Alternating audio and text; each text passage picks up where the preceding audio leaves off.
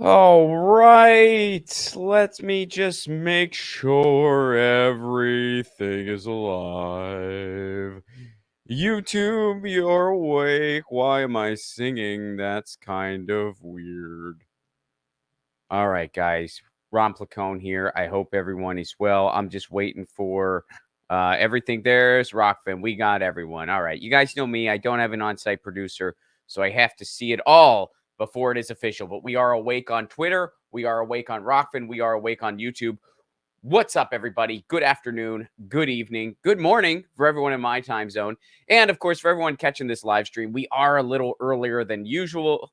I have a personal obligation today, so I need to do the stream a little earlier than usual. For everyone listening to the podcast later, you may have noticed it dropped a little earlier than usual, but that's about it. And please leave us a 5-star review, would you? If you don't mind, leave a 5-star review. And for everybody watching the stream, smash that like button on Rockfin, on YouTube. Twitter doesn't really have a like button necessarily. You could like the tweet and retweet it, do that. Whatever the liking process, however that goes, for whatever platform you're on, please do it. This is Get Your News On with Ron, the headline show of the week. And we have a lot of stuff in the digital rights space. One thing that is in the labor rights space and the digital rights space. Two of my favorite things all rolled up into one. How's that? Pretty cool, right? I'm excited. And then something about Amazon. This is Amazon is having maybe their most dangerous merger ever.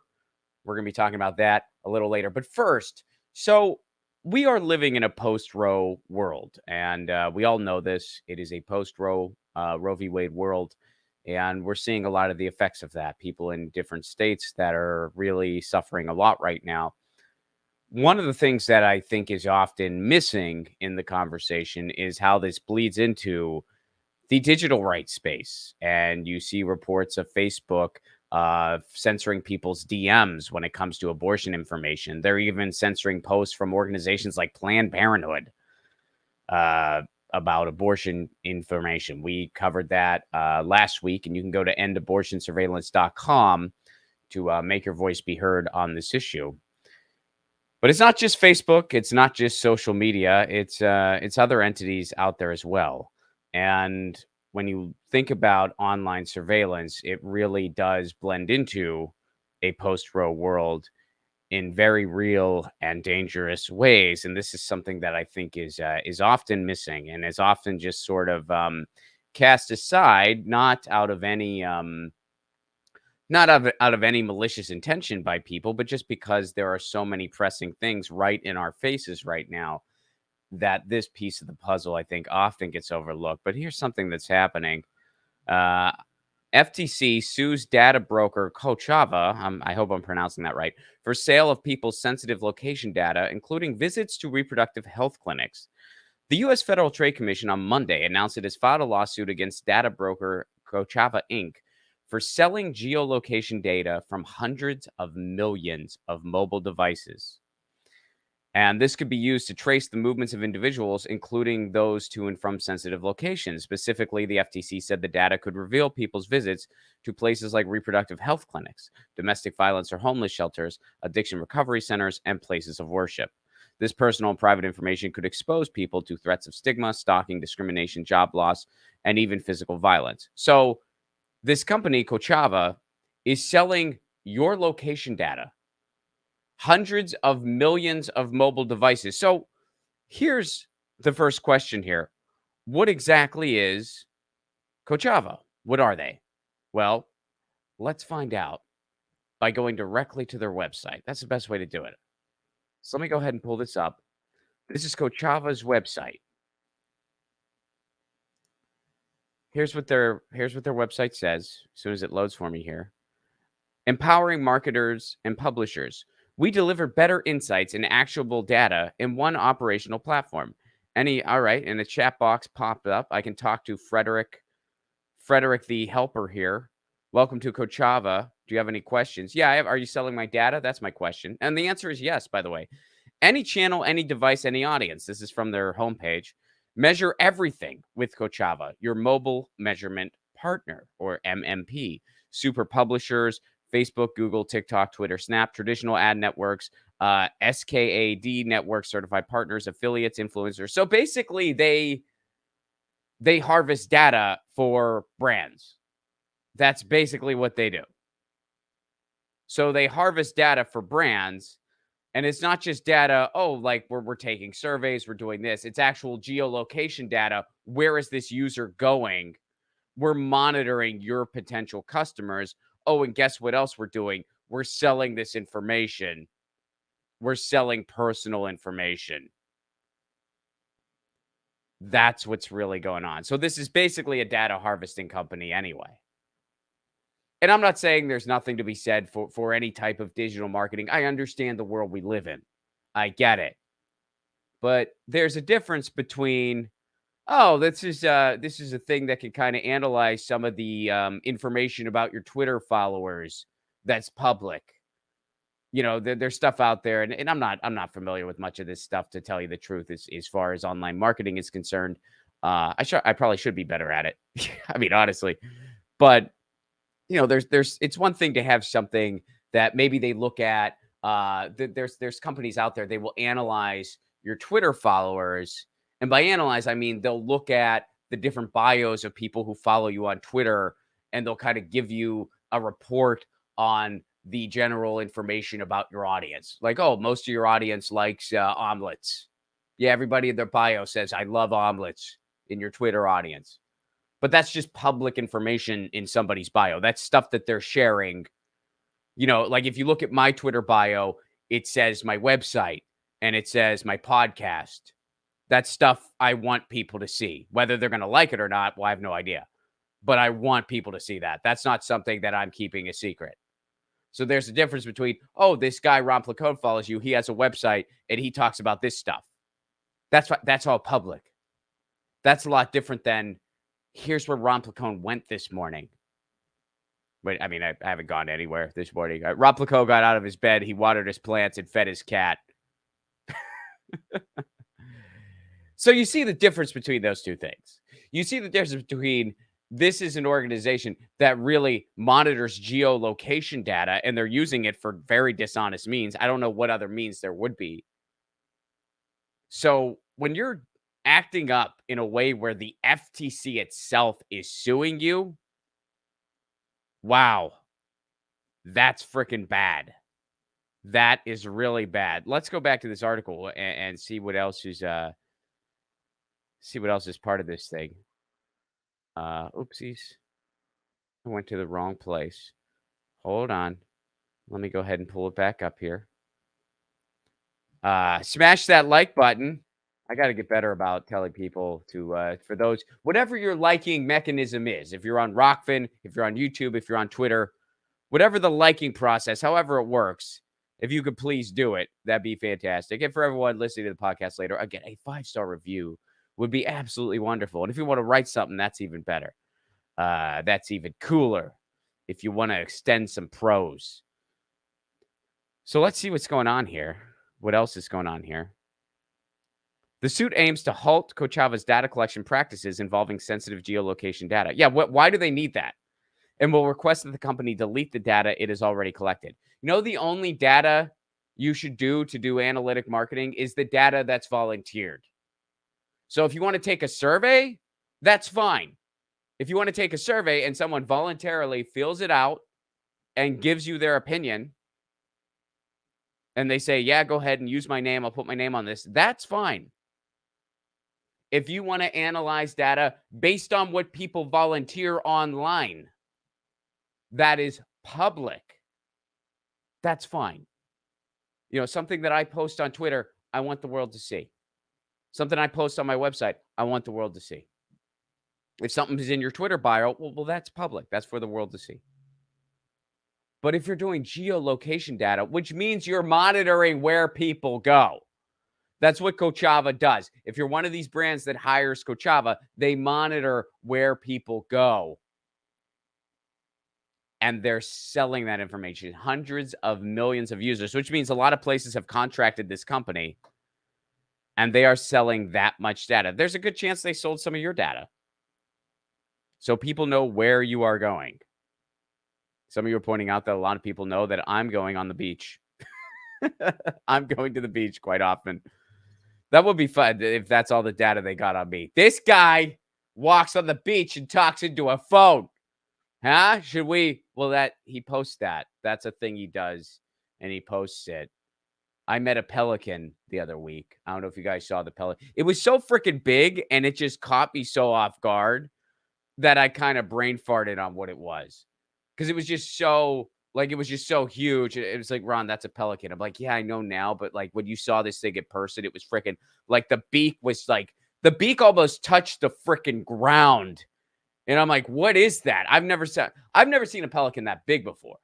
And I've seen pelicans, live before. I've seen the pelicans like 20 times, man. I've been going to their show since 99. They put on a fuck of a show every time. No, but like I've seen like pelicans, but this pelican was like freaking. So Venetius, you're saying it was cool. Thank you. I thought it was an interesting pelican. All right. Anyway. All right. So that's the pelican. Its arrival additionally signals the FTC is cracking down on mobile data brokers whose businesses rely on collecting and reselling data from consumer smartphones. A business that should be illegal, by the way. A long-time industry practice that should be illegal that has numerous privacy implications. I love how diplomatic they were there. Numerous privacy implications. Really? Random marketing companies knowing where we're going all the time? That might have implications. Especially in a post-Roe v. Wade world. Yeah, might have some implications. How about that? You can go to endabortionsurveillance.com to start fighting back against this. And I hope, honestly, I hope companies like Cochava go out of business as a result of this.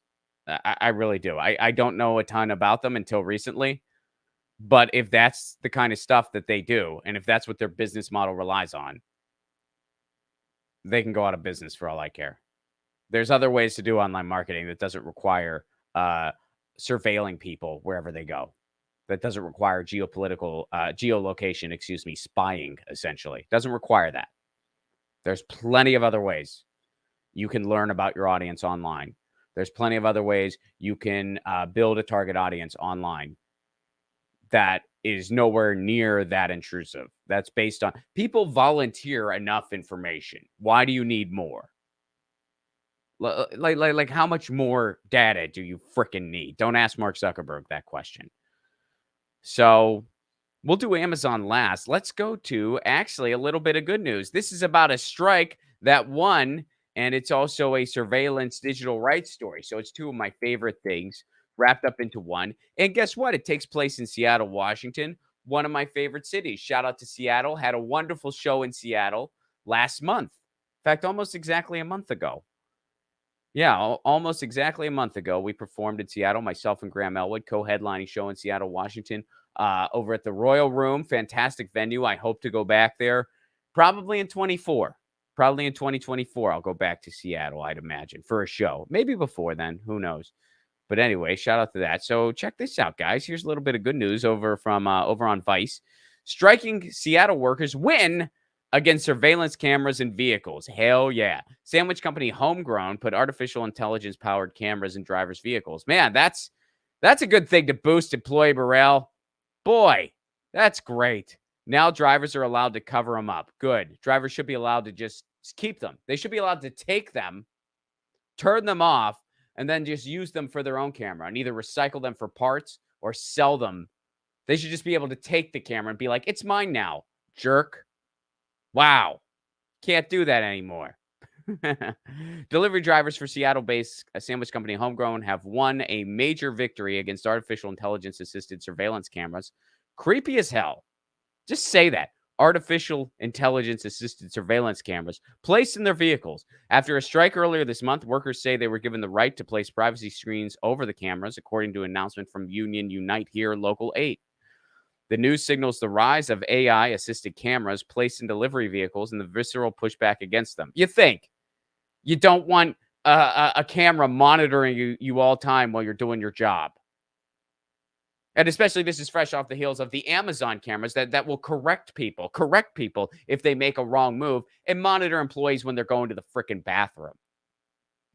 Oh, and let's not forget the e-hall passes that set off an alarm if a kid a child is in the bathroom for, quote, too long. That's great. That's great to impose that on children. That's just wonderful.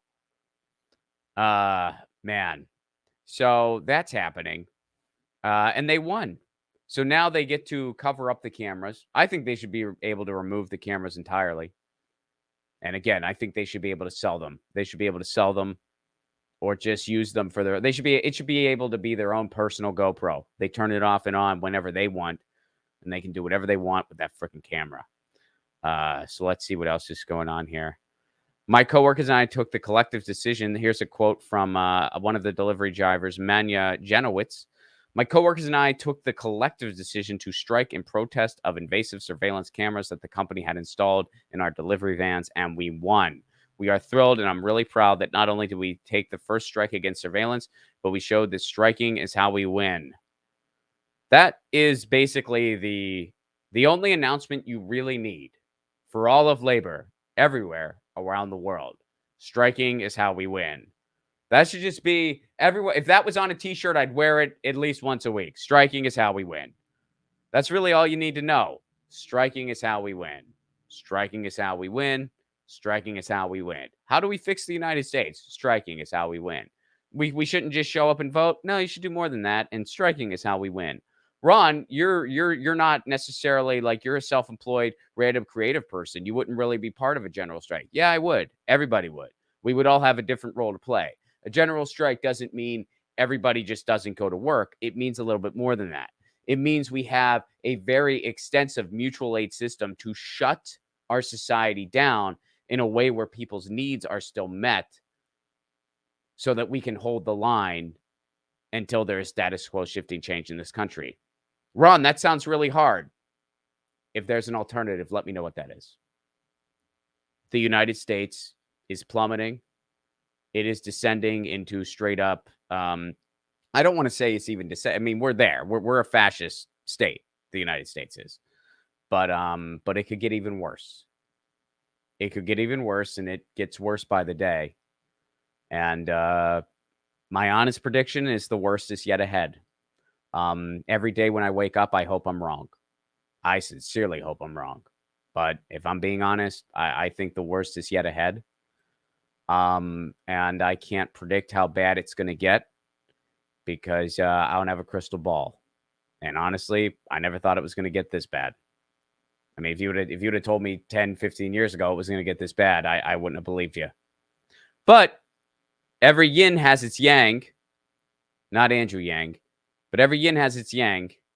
And if you would have told me 10 to 15 years ago that socialism would not be a dirty word anymore, and that there'd be union efforts amidst Starbucks and Amazon and delivery drivers in Seattle striking and wildcat strikes happening all over the country, I wouldn't believe that either. So there's still little shots of optimism throughout there, and I just gave you one of them. There's still, there's still shots of optimism to be had. But we need a lot more. We need a lot more. So shout out to the Seattle striking workers. Glad you guys got a victory. And this just shows you strikes. That's what we got to do. That's what we got to do. You can't even threaten to strike. A lot of times people think, well, if we just threaten to strike, that's enough. No, it typically isn't.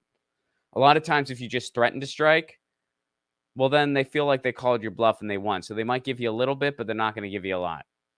If you have a successful strike, you're going to get what you want.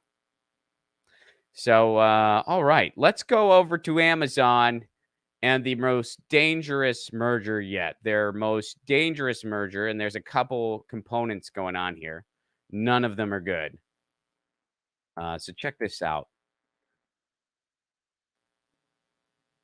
Amazon's empire of surveillance, through recent billion-dollar acquisitions of healthcare services and smart home devices. We talked about some of this briefly already, but the tech giant is leveraging its monopoly power to track every aspect of our lives. So here's the two things that Amazon just merged with. One Medical and iRobot. We're going to go through each of these. One Medical and iRobot are worrying antitrust advocates and privacy experts. Its business model is built on collecting data from customers and competition, antitrust experts say. A huge market share and the ability to buy competitors make Amazon sort of unstoppable. Amazon's recent multi-billion-dollar purchases of One Medical and iRobot have spurred concerns from legislators, antitrust advocates, and privacy experts, but the company's sprawling business model and reputation of surveilling consumers and competition alike makes the company almost unstoppable. It's like the mythical Hydra, where you cut off one head and two more grow in its place. Every step of the way, from its beginnings as an alternative brick and mortar bookstore to snatching up over half the online retail market, Amazon has relied on surveillance to dominate the competition. According to Evan Greer, full disclaimer, Evan Greer is a colleague of mine over at Fight for the Future. People tend to think about, here's her quote from her. People tend to think of Amazon as an online marketplace, but really Amazon is a surveillance company. Every aspect of their profit is derived from their ability to amass and leverage data. Well, what does Evan mean by that?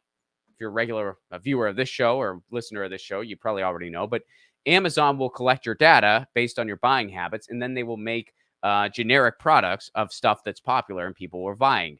And then when you search for said popular product, Amazon will just show you their products and services first, and they won't show you the actual product that you're likely looking for.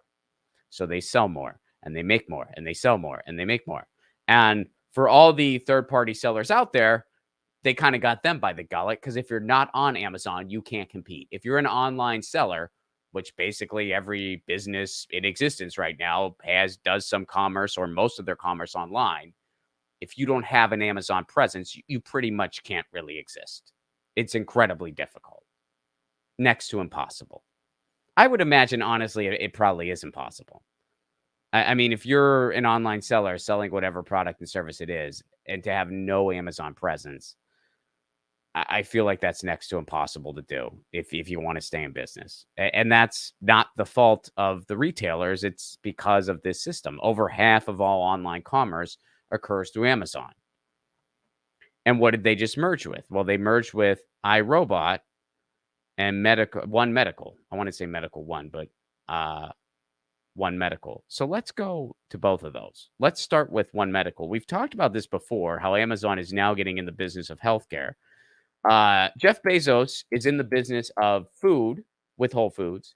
He's in the business of news with the Washington Post. And now he's in the business of healthcare. Oh, and by the way, he's responsible for over 50% of all online commerce. This guy is slowly just making himself an emperor. That's literally what's happening. He's becoming an emperor. And he's got the government by the gullet. So here's One Medical. We'll start there. Amazon is buying clinical operator One Medical in a $4 billion bet on healthcare. Amazon is buying healthcare provider One Medical for $3.9 billion. It's one of Amazon's biggest acquisitions ever. One Medical offers subscription-based healthcare at locations across the U.S.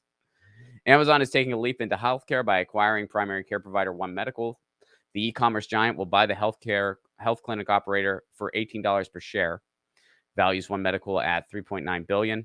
It ranks among Amazon's biggest acquisitions, beat only by its purchase of MGM Studios and the purchase of Whole Foods. One Medical promises to take some of the drudgery out of getting seen by a doctor by offering a range of medical services to customers who pay $199 per year. So what do you think Amazon's trying to do here? It offers 24/7 on-demand virtual care, and members can use the company's app to make same-day or next-day appointments for in-person visits. So what do you think Amazon's trying to do here? This is a rhetorical question. We all know the answer to this. What did Amazon do in the first place? Amazon started as a quote-unquote online bookstore, and they were operating at a big loss. Now, of course, Jeff Bezos had a bunch of investor money from all of his parents' rich friends. That's the thing people like to leave out when they talk about what a genius Jeff Bezos is. The fact that he had a bunch of runway. Runway means the cash that you have to stay afloat. He had a bunch of runway from his parents' rich friends, and he was operating out of a garage, and he was online, so he didn't have a ton of overhead. So Amazon operated at a loss as long as they needed to until they dominated the marketplace. What do you think they're going to try to do in healthcare? They're going to do the exact same thing. Why do you think they're acquiring a healthcare company? They're going to try to do the exact same thing. They'll operate at a loss for as long as they need to, offering this subscription-based healthcare service until they beat all the competition and they have a monopoly on your healthcare. So we are heading in a direction of the person who would rather have an ambulance outside of his warehouse facilities than have proper air conditioning for his employees, who allows routes to happen where his employees need to urinate in bottles so that they can make their delivery routes.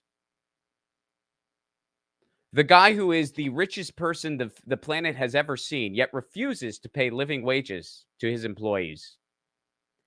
That guy is going to have a dictatorship on your healthcare. Oh, and by the way, this guy has a huge influence in government. We all know it. How close do you think we're going to be to something like Medicare for all if this guy has his hand in the pie that is the for-profit healthcare system, which he does? The merger already happened. How much closer do you think we're going to get to Medicare for all with that guy lobbying against it, the richest person on the face of the planet, one of the most powerful people in the world? He's in healthcare now. And he's going to do the exact same thing he did with Amazon. He is going to push it to monopoly status to where he rules healthcare, your health. So yeah, this is by far the most dangerous merger. And we still got another piece of this. They also acquired iRobot. Well, what is iRobot? I'm going to tell you right now. Amazon bought the company that makes Roomba. Antitrust researchers and data privacy experts say it's the most dangerous, threatening acquisition in the company's history. We just told you about the healthcare one. Let's look at this one. Amazon said on Friday that it acquired iRobot, the company that makes Roomba vacuums, for $1.7 billion. The deal prompted concern from data privacy experts. People don't buy a Roomba to have it spying on the layout of your home. So when you get a Roomba vacuum, it just moves across your room and it cleans, and it has a camera so that it can see, so that it doesn't go into walls and chairs and stuff like that. I've seen a Roomba. I do not have a Roomba myself. I think they're kind of douchey, to tell you the truth, but you probably know somebody with a Roomba, or you might have a Roomba yourself. No offense if you do. Hope you didn't take offense to my comment that I think I mean, I get how it's convenient, but here's something you got to be aware of. Advanced Roomba vacuums have internal mapping technology that learns the floor plans of a user's home. The device can also adapt and remember up to 10 floor plans, so users can carry the robot to another floor or a separate home where the robot will recognize its location and clean as instructed. Some models have low-resolution cameras to avoid obstacles. Here's another quote from Evan from Fight for the Future. She says, people tend to think of Amazon as an online seller company, but really Amazon is a surveillance company that is the core of its business model, and that's what drives its monopoly power and profit. So let's break all this down. Amazon with Ring is able to surveil neighborhoods, and they share that information with police. If you have a Ring camera, all of that information is shared with law enforcement. So basically, police officers are able to surveil entire neighborhoods now because people are getting Ring cams. Now they've acquired the company that does the Roomba vacuum. So Amazon, who already harvests your data completely, they're going to be able to surveil what's actually in your house. Now, that's just as far as your consumer habits that they kind of got on lockdown. What else do they have? Well, they just acquired One Medical, a healthcare company that sells subscriptions to healthcare. They're going to try to do the same thing they did with Amazon itself. They're going to corner the market on healthcare. So they are going to have a monopoly on our health. So they're going to surveil all of your buying habits, all of your consumer habits. They're going to know what's in your house, and they're going to be making all the decisions on your health care. Do you need a certain medication? Do you need a certain prescription? Do you need a certain surgery? Do you need an inhaler? Do you need an EpiPen? That goes through Jeff Bezos first. That's the frickin' world they're building. And by the way, they know all of your consumer habits. Wow. This is why digital rights is an important part of this show. Do you see why? Do you see why? Oh man, and I'll still get, hey Ron, net neutrality, that's not clicky enough. We don't like to talk about that. Okay. Well, gee. I mean, as we become more and more of a global village, and you have this wannabe emperor building a monopoly of our entire universe online, maybe we should raise the red flag about that, sound the alarm about that before it's too late. And a way you can start to do that is to support antitrust legislation that starts breaking this stuff up. Antitrustsummer.com. That defangs Amazon some. We've been talking about those bills. Chuck Schumer promised to vote on these bills in the fall. Guess what, folks? It is September 1st. Go to antitrustsummer.com. Please sign the petition. Please. It takes less than 40 seconds and it helps. It helps a lot. What's up? Let me go over to the super chat. Venetia David, thank you very, very, very, very much for the super chat contribution. The pair lifting weights, and it says keep it up. Thank you very much for that, Venetia. You help keep the show on the air. A couple quick announcements before we dismount here. So first of all, please go to antitrustsummer.com, sign that petition. Go to endabortionsurveillance.com, sign that petition. And we may be switching the day on Get Your News On with Ron. Some of you may have noticed I'm doing some co-hosting over at Status Quo. That is going to become a weekly thing.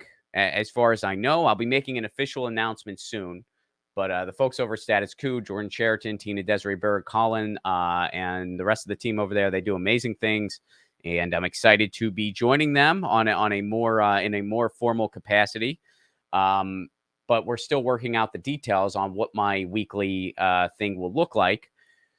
So once I know that, I may need to change some things around with Get Your News On with Ron to accommodate all of that. But I'm very excited about it, and I'll be making a more formal announcement soon. So kind of stay tuned, but Get Your News On with Ron, the day may be shifting around a little bit. So podcast listeners and streamer viewers, I don't know. I mean, what else? I mean, there's 3 platforms to pick from. Some of you are on Twitter, some of you are on YouTube, some of you are on Rockfin. And we all get together at the live shows. That's how it works in this world. Some of you are on Twitter. Some of you are on Rockman. Some of you are on YouTube. Some of you are on the podcast later. But we all gather whenever I come to your town. I love that. Which, speaking of which, I will have some 2023 tour dates to announce very soon. And some regional dates in the Southern California and Arizona area are going to be announced soon. Also, UK, I'm coming at you in 2023. So, Venetia, I can't wait to see you. Let me know, which city do you want me to come to, Venetia? Shout out a city and I will make it a priority. But I will be announcing some UK dates soon. I'll likely be doing Edinburgh and also the American Midwest. You are the top priority region in the US. So Detroit, keep your eyes out. Chicago, Minneapolis, Madison, Indianapolis. I'll see you in 2023. But in the meantime, I have a show next Saturday, not this coming Saturday, but next Saturday, September 10th in San Pedro, California. That's, of course, in Los Angeles. That's my neighborhood, at a place called The Corner Store. It is at 2 p.m. It is not a stand-up show. It is a historic interpretation of Lucian the satirist. Lucian was a writer who existed in between the ancient Greeks and the Renaissance, and he inspired a lot of the Renaissance writer. He was a satirist. He wrote the first known piece that is considered science fiction, and he was no hero. It's an interesting part about Lucian. He was no hero, but that's all part of the story. You don't need to know anything about him to enjoy the show, but I'm going to be doing, you say London. Venetia David, I can accommodate that. London it is. But I will be doing a historical interpretation of Lucian the satirist, and it's going to be a lot of fun. So September 10th, San Pedro, California, 2 p.m. It's in the afternoon. It's a free show. It's an outdoor show, no amplification. Because when I do Lucian, I'm going to be doing it at Renaissance fairs. So I got to get used to doing it outdoors with no amplification. I will be in costume. That's my least favorite part about the project. But I will be in costume. So, hope you all enjoy that. But if you're in the San Pedro area in Los Angeles, or if you're just in the Los Angeles area in general, or if you want a last minute trip, if you want a last minute weekend vacation, September 10th. It is free, so no tickets necessary. It's free. You can go to ronplacone.com, my website, for more information about that. What's up, Natalie? How are you? Wish I had seen you here in Washington, Ron, but I dropped an 80-pound bench lid on my foot the day before. Ah, geez. I'm so sorry to hear that. Are you okay? Are you feeling better now? Let me know. First of all, thank you so much for the Super Chat contribution. That's very generous of you. And I really hope that you are feeling better now. Let me know. I hope your foot is all healed up. And don't worry, Natalie. I will be back in Seattle. Maybe I'll even be back with Lucian. So I'm going to do some Renaissance fairs in 2023, hopefully, if they want to have me. And what I'll likely do is if I'm doing Renaissance fairs in a certain area, I'll book a stand-up show that night too. Because the Renaissance fairs are during the day, so that gives me my night to still do stand-up shows. Natalie, you say you're good, nothing broken. I'm thrilled to hear that. I'm glad you're getting better, and I'm very, very sorry that happened. But I will see you next time in Washington for sure. I'm assuming you're in the Seattle area, and I will see you there next time. Lisa, you want the petition address? Again, antitrustsummer.com. and endabortionsurveillance.com. Endabortionsurveillance.com and antitrustsummer.com. I'll go ahead and I'll type both of them for you and put them in the chat. And then antitrustsummer.com. Sign both of them. Be generous with your signing. And yeah, Natalie, I'm glad you're feeling better. And Venetia, London, see you there. See you there in 2023. Guys, thank you so much for being here. Thank you again to Venetia and Natalie for your Super Chat contributions. You help keep the show on the air. And Lisa and everybody, thank you so much for signing that petition. Again, the links are right in the chat. endabortionsurveillance.com, antitrustsummer.com. Again, for all the podcast listeners, endabortionsurveillance.com, antitrustsummer.com. September 10th, ronplacone.com for details on that show. It is free. It is Saturday afternoon. It is a historic interpretation of Lucian the Satirist, and I'm real excited for the world to see it. I've been planning this for 10 years, and I'm finally doing it. And as far as the Get Your News On With Ron day switch goes, as soon as I know more, you will know more. I will let everyone know as soon as I know, but keep your eyes and ears peeled on that one. In the meantime, we'll be back next week. Best way to support this show on the sustainability end, become a patron. Patreon.com/ronplacone. For a Give What You Can level, you get all kinds of exclusive content. You can watch my short film now. My short film, Loner, is finished, but it has not been released to the world yet. There's going to be a screening in 2023, by the way. I'm going to have a big announcement soon. Tucson, Arizona. Keep your eyes and ears open. But there will be some screenings in 2023. It's not available to the public yet, but if you're a patron, you can watch it now. And that's for a Give What You Can level. Even $1 a month goes a long way. So for $1 a month, you can watch my short film. I'll make you a theme song. And when I do Lucian next week, if you can't come to the show but you want to watch it, I'm going to film it and I'm going to drop it for patrons. So you'll be able to see that show if you're a patron. You get all that for as low as $1 a month. How can you beat that deal? Patreon.com/ronplacone. Please do sign up. I don't care what the dollar amount is. Whatever you can afford is fine, because I'm interested in building a community more so than the dollar amount. I mean, yes, your support does help sustain the show. I would not be able to do this show without the Patreon, but whatever you're comfortable giving is great. Your membership is what is most important. So please, patreon.com/ronplacone. Come back to Ventura. It is officially on the list. Ventura is on the list. Yeah, that's nearby. So I should be, but I'll be having some announcements for San Diego and Tucson soon. And there'll be some 2023 announcements very, very soon. But yes, Lisa, Ventura is definitely on the list. Thank you guys so much for being here. We'll be back next week. And in the meantime, you know the drill. Lucy, she says meow, and I say peace, love, and a general strike. See you next week.